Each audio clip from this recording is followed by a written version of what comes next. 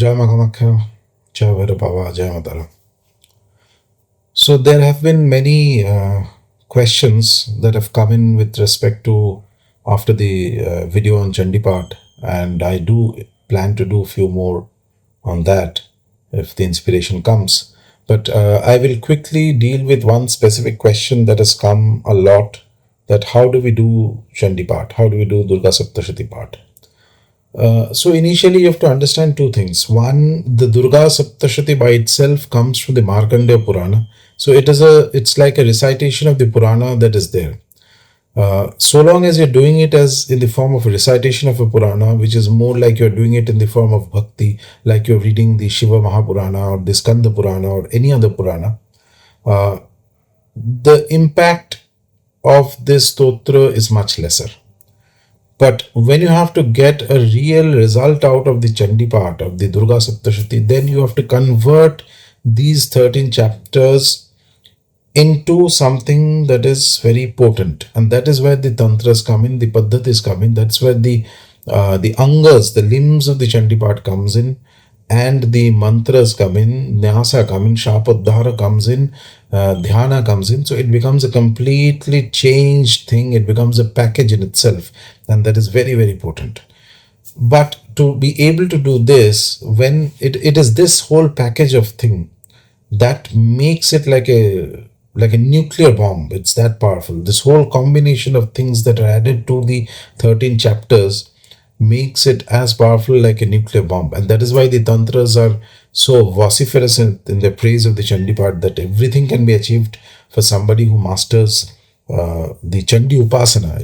Then it's not just a Chandi part, it becomes a Chandi Upasana. Then the text itself becomes the form of Chandi, Devi. You don't need to have a vigraha, you don't need to have a photo.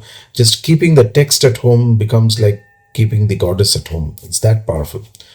But in order to transition into that, you will have to first master the Chandi. And mastering the Chandi is not so simple, because there are very complicated phrases, sandhis, and there are, the Sanskrit is not that simple for people, for most of us who are not fluent in Sanskrit. However, there is a way to do this, like everything else. The simplest way to start doing the Chandi part is, first and foremost, is to start practicing the Argala, the Kavacham and the Kilakam. And after that, each chapter of the Chandi to be recited, just one chapter a day, very slowly, without being in a hurry. And along with reading the chapter, one has to listen to recitations of the Chandi that are very beautifully present. One can, on the internet, there are quite a few of the recitations that are there. I'll ask my team to mention the links to some of them. And do it in a very slow and relaxed format. Do not be in a hurry that you have to finish all the chapters and you have to know them. No. Take your time. A proper learning of the Chandi recitation properly can take anywhere between 4 to 6 months, or even more sometimes. Do not be in a hurry. Do not do it like a sadhana initially. Along with it, just sit down and read one chapter at a time. Ensure that your pronunciation is correct. Pronunciation of the Chandi is most important, more important than even the chanda of the Chandi. So read and make sure that the pronunciation is correct. In order to get the pronunciation correct, you have to read it very slowly. You have to read it, even if you get stuck in the middle, no problem. Take your time, read it slowly. And yes, you have to read the Sanskrit. If you read translations, there are many people in North who read the translated versions of the Chandi. It's good, but it's not the same thing. So you have to read the original Sanskrit. Take it very slowly, one chapter a day, and once you complete the 13, go back to chapter 1, and again complete the 13, again go back to chapter 1. Like this, carry on for a few months, till the time, by few months I mean at least 4 to 6 months, till the time you can read it fluently and read it without any flaws. And it will require some amount of effort from the individual, because once you open the book and you see that you have to read the text, you'll realize that There are quite a few very complicated phrases in the text, but regardless of how complicated it is, if the upasaka is determined, he or she will be able to master it. There's no doubt about that. But take it slow. Only when one has become fluent in all the 13 adhyayas, then you can try and convert this into an appropriate and proper and powerful sadhana. And to do that, that is where you will need an upadesham of the Navana mantra, and you will need to know and follow the full krama, which means that there has to be first initially sankalpam, and there is the shapadhara that has to be done, and then you'll have to do the nyasas that are there, then you have to do the chandi, the Navana mantra japa, and then there is the Argala, the Kilaka, Argala, Kavacham, Kilakam, etc. Then the Ratri Suktam, and then, especially if you're chanting at night, and then the each of the Adhyayas. End of the Adhyayas also, there are certain stutis that are done for Mahachandi. Complete the 13 Adhyayas, then you do the Murti Rahasyam, or the three Rahasyams that are there. And like this, you finish with the Shama Prarthana, and that is again after the Shama Prarthana, you can do another round of nyasas and a little bit of meditation on the Navana mantra. So this whole thing takes about 1.5 to 2 hours. 2 hours, yeah. If you do it properly, then it will take you about 2 hours time. But yes, it is very powerful. There's no doubt about it. And the reason, again, as I mentioned in previous videos, the reason we talk about it is because anybody who is in the upasana of Devi, any form of Devi, where any of the Dasamahavidyas must at least have some knowledge and understanding of the Chandi. Even if you cannot do the whole thing, even if you are not directly a Chandi Upasaka, you should at least still know that the text of the Devi Mahatmam is considered as one of the most important text in the arsenal of Shakta Upasana, and why it is so, and what are the aspects of it. So this is how you have to start doing Chandipaath.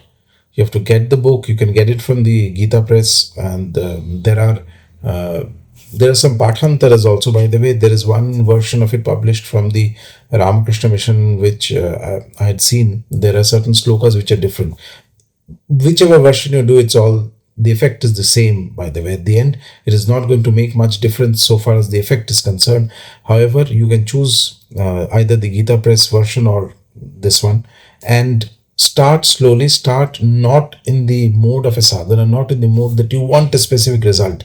Then you are going to mess it up. You have to do it very slowly, casually, and ensure in the first 4 to 6 months that you become fluent in the 13 chapters. And for that, you will have to start reading the chapters one by one, complete, and again go back one by one like this, and do it multiple times till you are able to read fluently. And there are times in between. In fact, once you start, if you start, that is, again, it's not compulsory that everybody has to do this, but for those people who asked this question and sent emails, etc., once you become fluent in this, then you have to convert this into a sadhana, and that is a jump, by the way. Initially, when you're reading it, it's more like just reading a chapter from the Purana. That's okay up to a point, but that doesn't give you the result that for which Chandi or Durga Saptashati is so praised. In order to get that, you have to convert this whole thing into a Mala Mantra. Mala Mantra means the whole text, 700 verses of the text becomes a continuous mantra. And that is done only when all the other angas and everything is added together and the sankalpam is taken, everything is done. Then only it becomes fit to be used, whether in a prayoga or for a specific desire fulfillment sadhana. Before that, you cannot use it. Before that, you have to master reading the Chandi. For somebody who has the mindset of an Upasaka, who is not doing sadhana because he wants a small material gain or something like that, for them the Chandi is immensely useful as a text. I mean, if you over time are able to master the nuances of Chandipaath, Chandi Upasana, things that are to be offered, various things, the offerings that are made to the deity, and eventually, of course, supposedly, if you can master Chandihoma, then there is almost nothing that cannot be achieved by this. but it's a long process. And like all good things, like all very great things, it cannot be done very quickly in a span of few days or few months. To properly do it, you will take, 6 months to a year at least of practice before you can achieve mastery of it. So I hope this answers the question to all those who were curious to know how to do the Chandipaath. Uh, I will be mentioning some of the links. My team will be mentioning some of the links of videos where there are good recitations of the Chandipaath which you can listen. But only listening is not enough. You have to read it, along with it, listen. That is how you will improve your pronunciation and your own fluency of the text. Jai Ma Kamakhya, Jai Matara, Jai Bhairava.